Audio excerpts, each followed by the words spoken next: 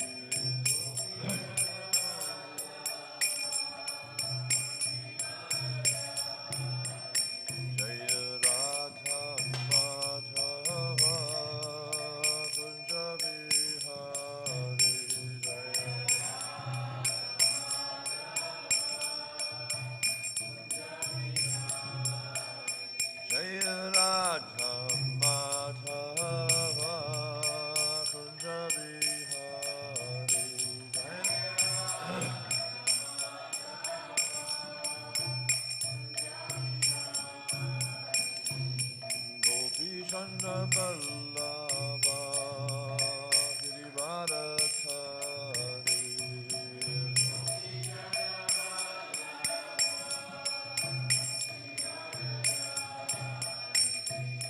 Gopishana Vallabha Girivarathari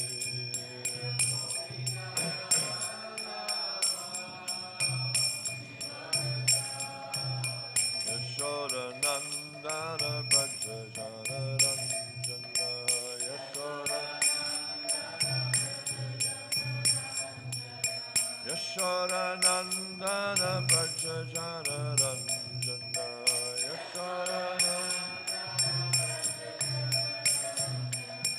Yamunatira Vanacharya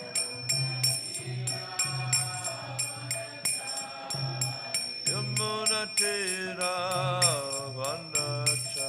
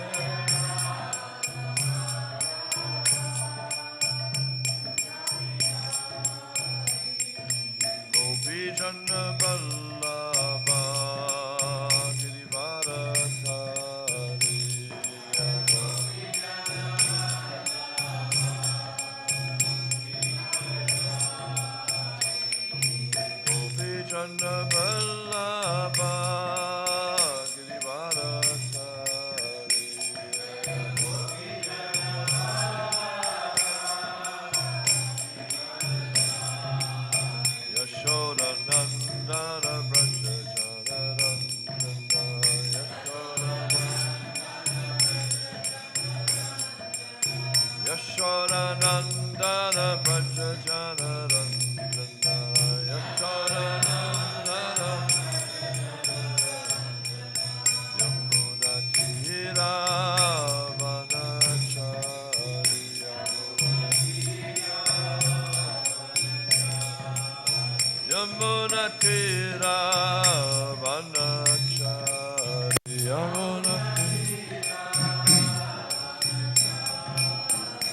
Jaya Radha Madhava Kunja Bihari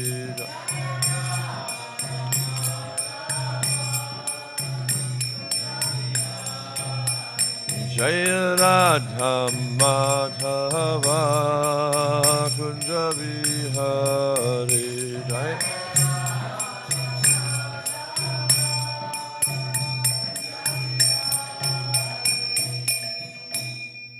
Jai Nitya Vishnu Vishnu Pad Paramahansa Parivrajacharya Asto Tarasata Śrīmad His Divine Grace of High Charana Davinda Bhaktivedanta Swami Prabhupada Ki ISKCON BBT Founder-Acharya save the whole world Srila Prabhupada Ki Jai Nitya Vishnu Vishnu Pad Paramahansa Parivrajacharya Asto Tarasata Śrīmad His Divine Grace of Bhaktivedanta Saraswati Thakur Maharaja Ki Ananta Koti Vaishnavinda Ki Namacharya Shri Haridas Thakur Ki, Premzako Shri Krishna Chaitanya Prabhu Nityananda, Shri Advaita Gadadhara Sri Sari Gaura Bhaktivinoda Ki, Shri Shri Radha Krishna Gokupanath, Shama Kund Radha Kund Giri Govardhana Ki, Braj Bhumi Shivandama Dama Ki, Navdip Maipur Dama Ki, Purushtam Chetra Jagannathpuri Dama Ki, Ganga Mai Ki, Jamuna Mai Ki, Bhakti Devi Ki, Tulasi Maharani Ki, Samaveta Bhaktivinoda Ki, Jai Nitai Gaur Premanandi, all glory to the assembled devotees, all glory to the assembled devotees, all glory to the assembled devotees, all glories, lotus feet of Sri Guru and Sri Garanga, all glories to Srila Prabhupada.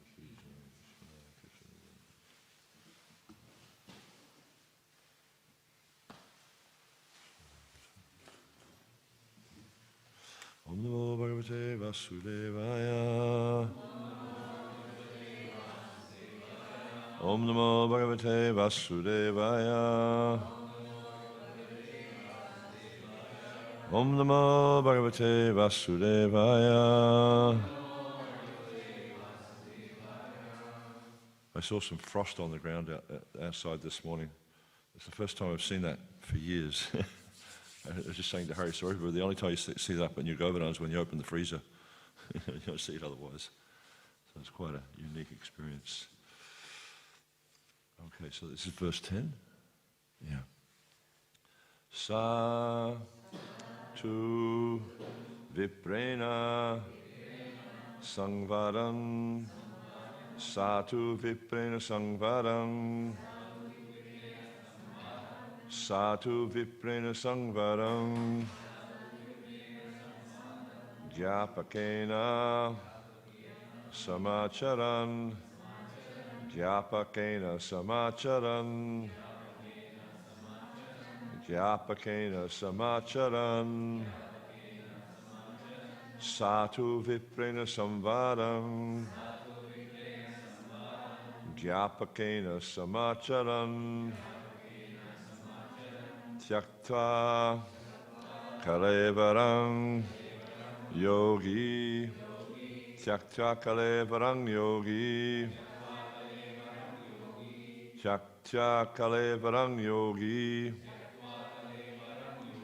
Sa Tena Vapa Yat Param Sa Tena Vapa Yat Param Satena Vapayat Param Tyakta Kalevarang Yogi Satena Vapayat Param Satu Viprena Sangvarang Yapakena Samacharan Tyakta Kalevarang Yogi Satena Vapayat Param Satu Viprena Sangvaram Vyapakena Samacharan Tyaktya Kalevaram Yogi Satena Tena Vapayat Param.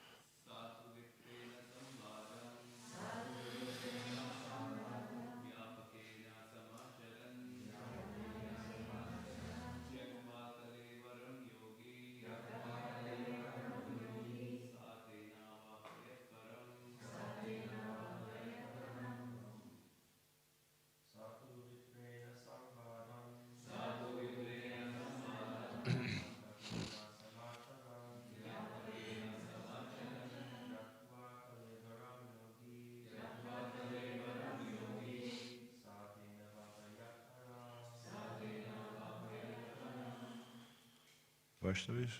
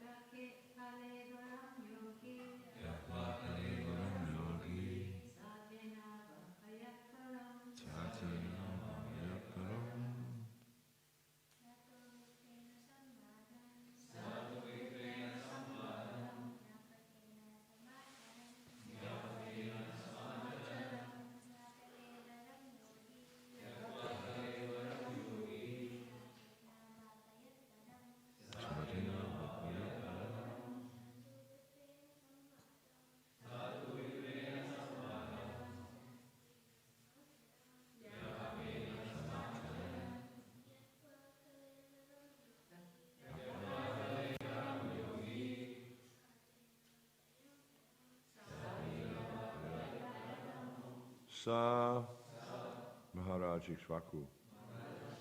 Tu, indeed, Viprena, with the Brahmana, Vishishta. Sangvadam, discussion. Gyapakena, with the informer. Samacharan, doing accordingly. Tyaktva, giving up. Kalevaram, this body. Yogi, being a bhakti yogi in the order of renunciation. Sa, the king. Tena, by such instruction. Avapa, achieved. Yat, that position which. Param, supreme. Translation. Having been instructed by the great and learned Brahmana Vishishta, who discoursed about the absolute truth, Maharaj Ikshvaku became renounced. By following the principles for a yogi, he certainly achieved the supreme perfection after giving up his material body. Responsively, please. Having been instructed by the great and learned Brahmana Vishishta, who discoursed about the absolute truth, Maharaj Ikshvaku became renounced. By following the principles for a yogi, he certainly achieved the supreme perfection after giving up his material body. So there's no purports for about almost 20 verses, but I'll just give a little bit of make a few points on this and then read on. So this is quite an interesting point here. Obviously we understand Ikshvaku, who he is. He's the, as mentioned in the Bhagavad Gita. But so we see here that by hearing from Vishishta, so Vishishta is quite a learned Brahmana, and he was talking to Ikshvaku about the nature of the absolute truth, and then Ikshvaku becomes renounced, and it describes here how at the end of his life he achieves the supreme destination. So this is really helping us to understand the importance of hearing from the right source, or from a bona fide source, from someone who actually understands the nature of the absolute truth. Because if we hear from someone who's unqualified, then really all that comes about is just confusion. And I over the last few months, I guess, I've been sort of learning a little bit, not much, but a little bit about AI. And the devotee who's showing me how to use it, he says, like, one of the main things when you're using AI is what you put into it, because then you'll get a good result. And basically he said, garbage in, garbage out. So it's the same here. You look at like modern education. Right? There's a really interesting purport I was reading the other day in the 6th canto. I think it's the 7th chapter, where Srila Prabhupada was talking about modern education. Specifically, he was talking about the US. And he was saying how, because there's no value in the education, they don't teach values. And actually, modern educators do not know how to teach values, and they do not know how to assess values. So they don't bother with it. The devotee I'm staying with, Dina Prabhu, he was having a conversation with the headmaster at one of the schools locally. And the headmaster told him frankly, we don't care about their behavior. It's just about the information, the content. And as a result, in this purport in the 6th canto, Prabhupada talks about how the US these days is just, and this is back in the 60s and 70s, Prabhupada saying this, how the US these days is just a society of rogues and criminals. And we see this, and it's not just the US, it's every society in the world is like this. It's just a society of rogues and criminals, because their only interest is in teaching people how to become technocrats, how to it's not knowledge, it's what they call silpa. It's not like absolute knowledge, it's what they call silpa, which means how to do things, how to make a car, how to build a house, how to do this, how to do that. It has some value, but we're looking here of Ikshvaku. He achieves the ultimate goal of life because of the knowledge he received from Vishishta. But the knowledge that people are getting these days in the education system will not bring them to the ultimate goal of life. It actually brings them frustration and misery. And we see this in this modern society, that misery is so prevalent. And wherever you go, you're bumping into crazy people. It's like they're on the streets. There's one, I think the other day on Harinam, when we went out on Harinam, I heard that one of the devotees, Adi Purush, got pushed over by this crazy lady. I think I know who it was. I wasn't there. I came a little bit after that. She's a big-bodied lady. She sort of storms around the streets of Melbourne yelling out things. It looks like she's ghostly haunted. And so we see, like, this is so prevalent in this day and age. Everywhere you go, you come across people because they're living deeply in the mode of ignorance. It's like Krishna, he says in the Gita, what's the result of ignorance? It's madness. And everywhere you go in this material world these days, you see people who are affected in this way. And this is because the education system is a complete failure. Prabhupada sometimes would call it a slaughterhouse education. Because they don't know what are the values of life. They don't know what is the goal of life. Na te vidu svatagatim Vishnum, as stated in the Bhagavatam. They do not know the goal of life. They do not know that Vishnu is the ultimate goal of life. Therefore, they're completely confused. Durashaya ye bahirataman, andanda yatanda upaninaman, te pisha tantram urudam nibadha. They're bound up very strong by the modes of material nature. They don't even know they're bound up. They just think that they're having an enjoyable life in the material world. And you see, anytime there's a politician, anytime there's someone who's trying to sell something, they're promising them, if you buy this, you'll have a happy life. It's like, and like I went for a walk yesterday, and there's these kite surfing things down, and they've got this big thing painted on the side. You're going to enjoy life if you go kite surfing. How's that? It's so cold out there. I mean, I couldn't imagine that would be enjoyable. It'd be freezing cold. And the first couple of months you're learning, you keep falling off all the time. I just can't imagine how that's going to be enjoyable. I was watching one of those plays that they put on down at the function, and it was about a quiz show, and they had a happiness meter, and then the people are trying to enjoy through eating and all these different types of things, and they just weren't happy. And then they have the devotee there, and the devotee's chanting Hare Krishna, and the meter just goes all the way around. Because essentially in this material world, they're thinking that enjoyment is going to come from gratifying the senses. But it's a temporary enjoyment. Because the living entity is confused about who they are. They don't actually understand. They're thinking they're the body, and they're thinking by gratifying the body they'll become happy. It's just like if a person thinks they're a car or a machine, and they gratify the machine. Or the machine's an extension of them, and they try to gratify themselves through satisfying the machine. It just leads to frustration, because it's a misunderstanding, and this is the whole reason that people are in this material world, is because of vidya. They do not understand who they are. They do not understand this essential teaching of Jivera Sarupahoy Krishnera Nitidas, Krishnera Tatasta Shakti Beda Bed Prakash. That the living entity is an energy of the Lord. It is actually expanded from the Lord, but it's a tatasta, a marginal expansion. And this tatasta is very interesting. It's described sometimes, tatasta is like that space between the high tide mark and the low tide mark down the beach. Sometimes it's covered by water, sometimes it's not covered by water. And that's us. Sometimes we're covered by the material energy, sometimes we're not.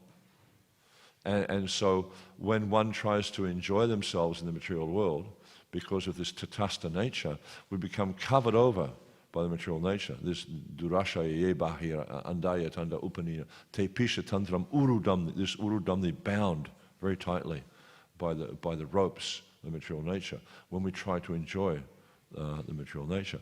But when we try to come into contact with Krishna, we try to understand our eternal nature, then the real nature of the living entity becomes revealed. And Prabhupada, he mentions in different places, there's one verse, a Vedic aphorism he would call it, asangohi ayam purusha. It means that the living entity can't actually contact the material nature. It's just illusory.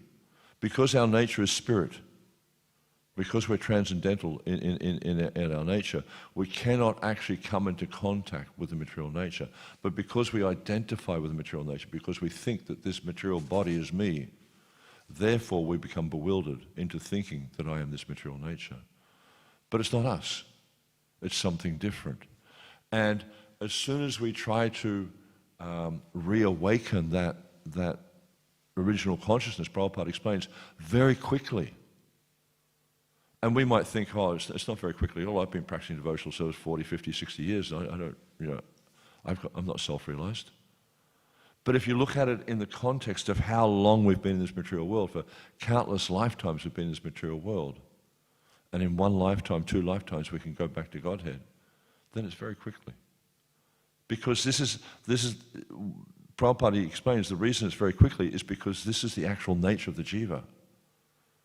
It is we're pure spirit soul, servant of Krishna. To think we're the body, this is not who we are.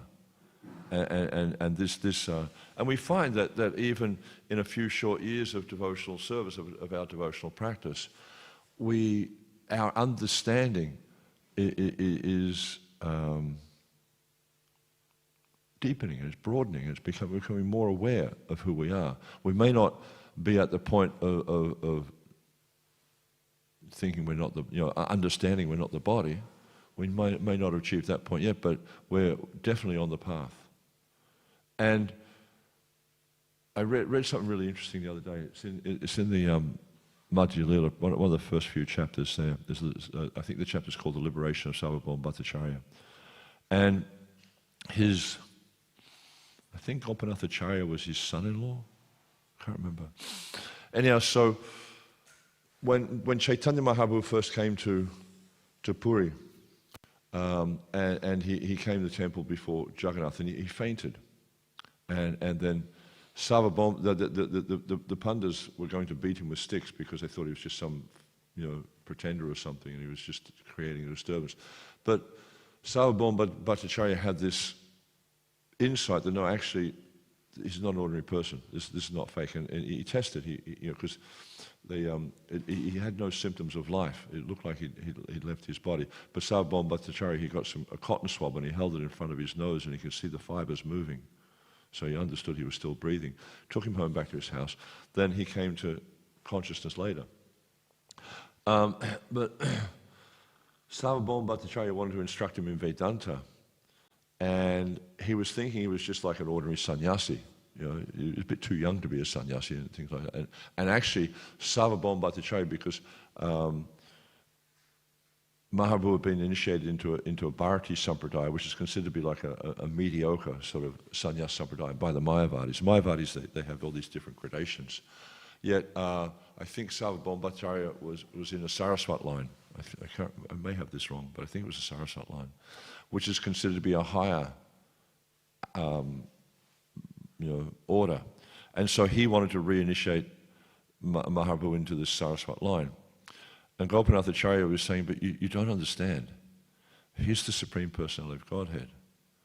And for him, higher and lower is of no bearing because he's the Supreme Lord. And one of Sarvabhauma Bhattacharya's assistants was saying, but how can you say he's the Supreme Personality of Godhead? Where's the evidence? And then Gopinath-Acharya explained to the assistant and to Sarvabhauma Bhattacharya, you can only understand the Supreme Lord by when one receives mercy. And he quoted that verse, Atapi te, I can't remember the verse, I just remember the first word. And he quoted this verse and he was saying how one can only understand the Supreme Lord when you receive the mercy of the Lord.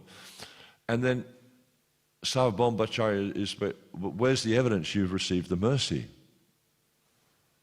And Gopinath-Acharya, he gave a really simple but a very profound answer. is the fact that one is able to remember and have some understanding of the Lord means you received His mercy, because you cannot understand Him. Therefore, you haven't received His mercy.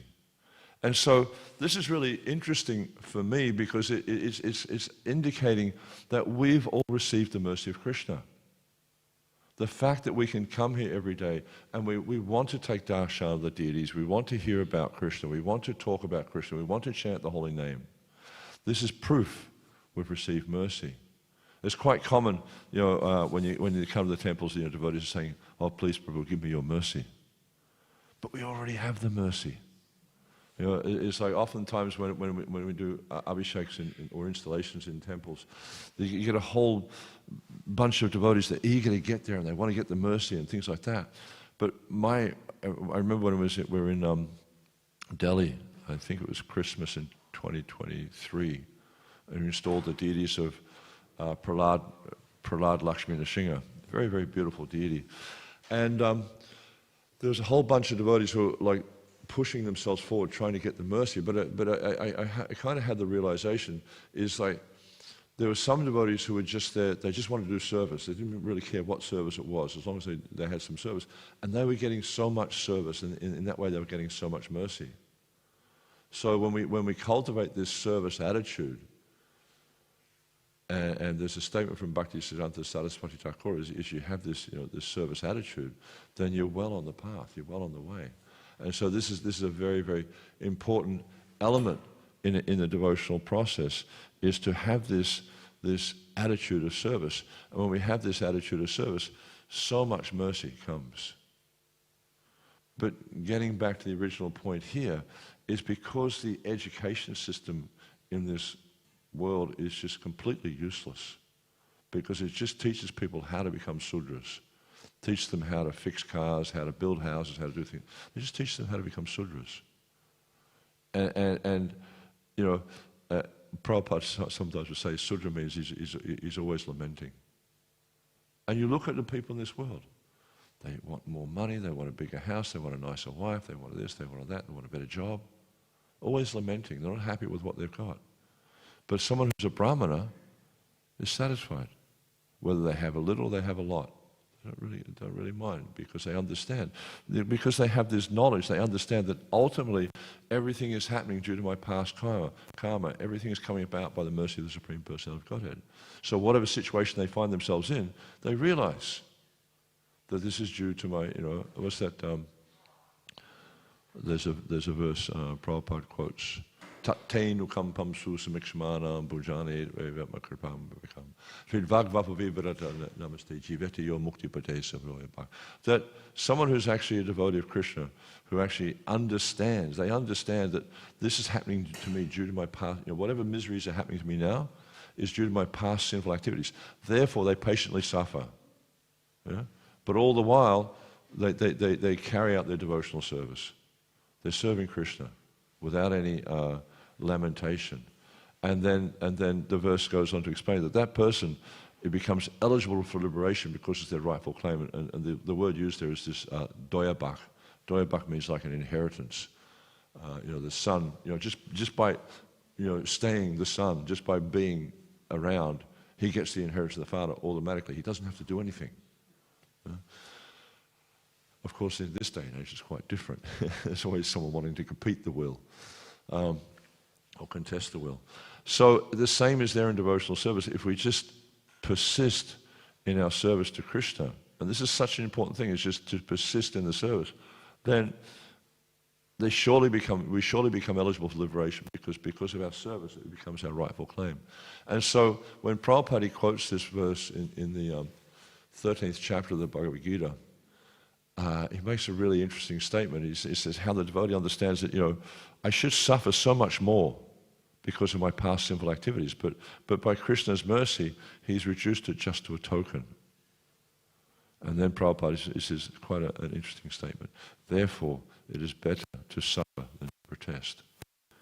But you look in the material world, what are people doing? They're protesting about this, they're protesting, my rights are being violated here and this and that, and they're always protesting about something. Not understanding, because they don't have knowledge, they're not educated properly. They don't understand that the reason I'm suffering is because of past activities. They don't accept they've had a past life. They just think this one life is all in all. Eat, drink, and be merry, for tomorrow you shall die. That's their philosophy. They think that this is one life, and this is my chance to make it. This is my chance to enjoy like anything. And so they push, and they push, and they push really hard to try to find enjoyment in this material life. And the politicians promise them enjoyment. The television promises them enjoyment. You see these billboards all over the place. Signs and stuff. They're all promising some kind of enjoyment. But it's just, Prabhupada would often say, it's hope against hope. It's phantasmagoria because they're promised, but they never get it. But still, the promise is there, and they keep trying. It's what keeps people going. Is this hope that one day I'll make it. One day I'll get the big job. One day I'll get the beautiful wife. One day I'll get this or that. Just this hope against hope that someday they're going to actually achieve this thing which they're aspiring for. And this is, it gets back to this point of education because they don't receive proper education. And this is why I think this point here is very relevant for us, is to educate ourselves properly. And we can do this by obviously by studying Srila Prabhupada's books, but also by hearing from qualified persons, by hearing from persons who have realized the truth. And this is why we're so fortunate here. We have Srila Prabhupada's books, we have Srila Prabhupada's lectures, and also we have many advanced devotees in the International Society for Krishna Consciousness who have realization in this process of bhakti, and they're able to share that realization with us. And this is why Ikshvaku, he became fortunate because he was hearing from Vashishta. He was hearing about the absolute truth. And this helped him become renounced. And then as a result of his renunciation, renouncing his material world, he ultimately achieved the supreme destination of going back to Godhead. And this is the path for all of us if we are able to apply ourselves to this process. And this is there's an interesting verse written by Sarvabhauma Bhattacharya. Vairagya vidya nija bhakti yoga shikshaksham ekam purusham purana. Sri Krishna Chaitanya Sarirajari. Yes, Tvam, what is it? I can't remember the last line. Kripam buddhi ham tvam prapadye. That how he's glorifying Lord Chaitanya, and he explains to Lord Chaitanya that you came here to teach Vairagya, Vairagya Vidya, knowledge and renunciation. This is what Lord Chaitanya came. Because without knowledge, how do you renounce? Without knowledge, how do you understand who you are? Without knowledge, how do you progress in the spiritual life? So knowledge is essential to make progress in spiritual life. We need to understand our actual situation. Just like Lord Chaitanya, I can't remember exactly where he said it, but I think it was in his teachings to, it was either Rupa or Sanatana, I can't remember which one. But he said, in all the Vedas, there's only 3 topics: Sambandha, Avidaya, and Prayojana. So the first thing is Sambandha. Who am I? Who is God? What's my relationship? Because people in this material world are thinking that they are the proprietors and the enjoyers and the controllers of the material nature. With that consciousness, actually the reverse is happening.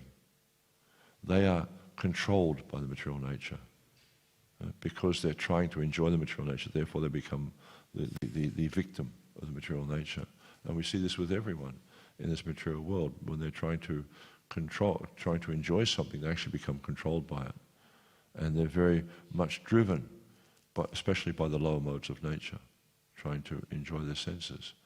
So the first thing is one understands, and we see in the Gita, the first instruction that's given there is explaining that we're not this body, we're spirit, soul, eternal servant of Krishna.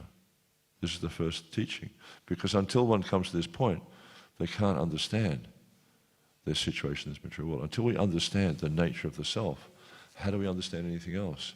And we see that one of the devotees the other day was mentioning Prabhupada's conversation with Cardinal Danilur. So this cardinal, he was trying to get Prabhupada to discuss deeper topics, and Prabhupada would come back to the same point. There's no question of trying to discuss something deeper if you don't understand the basis. It's just like when you do mathematics. What's the point of going on to calculus or trigonometry or something like that if you don't understand things like your addition, subtraction, multiplication, the basics? If you don't understand that, how will you ever understand something much more complicated? Because you don't understand the basics. So it's the same in this material world. People do not understand the basis of who they are. They don't understand they're not the body. They're spirit, soul, eternal servant of God. Without that understanding, there's no possibility of understanding anything further. So this is why, again, it's very, very important to actually educate people in this philosophy of Krishna consciousness. And we see that this was one of Prabhupada's main endeavors, was to educate people. Why he wrote so many books, why he put so much effort into writing books and seeing that they got printed and distributed. And also that his disciples would read them. He didn't just print books so we could put them on the bookshelf and look at them. He wanted us to read. Every day, read. Try to read at least an hour a day or 2 hours a day if you can. You find the more you apply yourself to reading, the more inspired you are to read, and the more enthusiastic you become in the process of devotional service. Because you're understanding the process, you're understanding the nature of the self, you're understanding the nature of the Supreme Lord, and how our nature is to serve the Supreme Lord. So just by applying ourselves to this simple process, and as we see here, how Ikshvaku, he became educated in the absolute truth. And we see this, there's so many stories throughout the Bhagavatam. Personally, I find inspiring Narad Muni's way of instructing people. He often uses these allegorical stories, especially you look at the story of Prachanabhahishat. I think Prachanabhahishat was the son of the Prachetas, was it? And his son was Daksha. I think it came from the Prachetas. Oh no, the Prachetas were the sons of Daksha, that's right. And so he descended like that, it came in that line. And anyhow, so he was really materially attached. He was really into performing fruitive yagyas. So because he wanted to enjoy in the material world, and through performing these different types of yagyas, one can be elevated to heavenly planets and things like that. And so Narad Muni could see he was deeply attached, so he explained this whole allegorical story about Puranjana. And at one point in the story, he was showing how Puranjana was suffering because of this and that. At one point, the light just went on for Prachanabhahishat, and he realized, that's me. That's going, when Puranjana becomes a woman in his next life, and he said, this is going to be my destination. So we see how there's so many, and you can understand the greatness of these personalities because you present this knowledge to someone in this day and age, it's pretty hard for them to kind of get the point. Especially, they're deeply material attached. But we can understand these people, that are being described in the Bhagavatam, they're not ordinary personalities. I was listening to a class this morning from the teachings of Queen Kunti, and Prabhupada was saying, we have to understand how Kunti, she's not an ordinary woman. Krishna comes to her before he's going back to Dwarka and seeks her blessings, touches her feet and asks her for blessings to depart. And Prabhupada's talking about how this is etiquette, but also how Kunti is not an ordinary person. And we see how Vashishta, Ikshvaku, Prachanabhahishat, not ordinary persons, that they can actually understand. You see how when they get the gist of it, when they understand what the guru or the sadhu is teaching them, then they give up, they renounce. And some of these devotees that are renouncing, they're great kings of the world, and they've got like incredible opulence. They're like unlimited wealth and all sorts of things. They just give it up in a moment, and they just renounce. They go to the forest and live in the forest. Who can do that in this day and age? Just give up everything and go live in the forest. So it's a very different experience from what we have in this day and age. But the same point is there, is that we have to immerse ourselves in this knowledge so that we can come to the point of renouncing this material world. Because as long as we're trying to enjoy the material world, we will struggle in Krishna consciousness. We'll also struggle in this material world. But it's only when we take to this point of renouncing this enjoying tendency is we can actually become happy and peaceful. Okay, any comments or questions at all?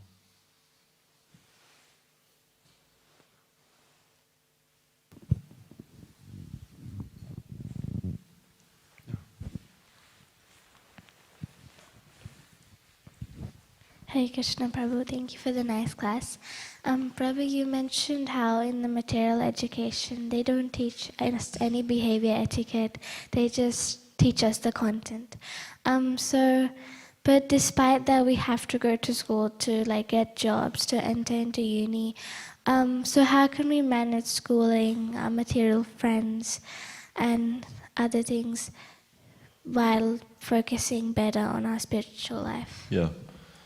So it's a fact that in this material world, in order to function, you need to have some material ability. But the problem comes in that becomes our main focus. That, I've just got to get a better job. I was talking with a devotee yesterday about this, and he was talking about how his work environment is so stressful. And you often hear about this, how in the work environment, how there's so much competition to be on the top of the pile and things like that. And that's okay. People are going to do that because they're lusting for the material enjoyment. They just want more and more and more. But that shouldn't be us. That shouldn't be our approach. Our approach needs to be that whatever we're doing it for the satisfaction of Krishna. And Krishna makes this point very clear in the 9th chapter of the Gita, where he says, Yad karoshi yadashansi yad yadarashyan yad tapashashi kunta tad karushva marapanam. Whatever you do, whatever you offer or give away, whatever studies you perform, you do that as Samakonti, as an offering to me. So it means okay, you're going to school to learn. Now, what are you trying to learn? You're trying to become, a great scientist or a doctor or something, or you're trying to become a better devotee of Krishna. You're trying to do something you can offer to Krishna. You're trying to learn something you can offer to Krishna. Keep Krishna in the center, then it's okay. But as soon as, material enjoyment, as soon as you're getting more money, as soon as this becomes the center, then that's when we become entangled, that's when it becomes a problem. You just keep Krishna in the center, keep Krishna the focus of your activities, and then you'll be successful, you'll be happy. But if you make material enjoyment the focus of your activities, you'll become miserable like everyone else. The happiness meter will go all the way up. Anything else? Okay. Yes. Hare Krishna, Prabhu. Thank you for the class. For devotees who wish to become educators in as their material occupation, how can we make sure that we don't, worsen? Prabhupada calls material education slaughterhouses. How can we make sure we don't feed into that, and how can we, give something? That's the point. It's like we chant our japa, we attend the morning program, we study the scriptures, we associate with devotees. It's even like when you in the work environment, and again, devotees sort of share this with me often, is in the work environment they have these work get-togethers where they go down to the pub and they drink and they things like that, and eat meat, whatever. And for devotees, that's just like so distasteful. And then they become somewhat shunned by their workers because they just have a different perspective. But you can't allow that to affect you. You have to, it's just like, you can't be, disturbed by that sort of stuff because they just have a completely different view on life. And so the idea is to take the association of devotees, and that, but not take the association of materialists. with a materialistic person, we try to give them association, meaning set a good example for them. Just like, you'll see, and I was mentioning just before, how in the work environment, especially corporate environment, so competitive. People are always trying to get, if someone's got a better job than them, they want to get that job. They want to bring that person down. Don't be like that. It's just set a good example. And one of the things I try to reflect on in any activity I do is with this activity I'm doing, would Prabhupada be pleased with me doing this or not? If I think that he wouldn't be pleased, or, if I think my spiritual master wouldn't be pleased, then I shouldn't do it. So it's just a matter of consciousness, really. And Prabhupada would often say, Krishna consciousness means taking the I out of the center of everything and putting Krishna in the center of everything. So if we can always do that, if we can always put Krishna in the center of everything, we'll be successful. So when you're working, what's the purpose you're working? You want to maintain yourself. Why? So you can live a comfortable life and enjoy yourself? No, so you can serve Krishna. That needs to be the purpose of our life, is to serve Krishna, to please Krishna. And as it said, Yasmin tuste jagat tustat, when Krishna becomes happy, the whole universe becomes happy. So if we just make that the focus of our life, is pleasing Krishna. Through whatever, I mean, we may not be, frontline preachers who can save thousands of conditioned souls, but whatever service we do, maybe just be making garlands for Krishna or washing the pots for Krishna. But just do that with a consciousness like the Prabhupada's looking over your shoulder. And how would you do it? How would you do that service if you knew that Srila Prabhupada was looking over your shoulder? You'd really put your heart and soul into it to do it properly. So do that always with this view to trying to please Krishna, trying to please Krishna's pure servant. And in that way, you won't be affected by the material nature, because your consciousness will be absorbed in Krishna. And that's all it means. This process of Krishna consciousness is becoming absorbed in Krishna. Don't become absorbed in material nature. And that's what our problem is right now. We're absorbed in material nature. And as long as we're absorbed in material nature, we will be controlled by material nature. But we want to be controlled by Krishna. We are ultimately, but we just, there's something in the way right now. Thank you.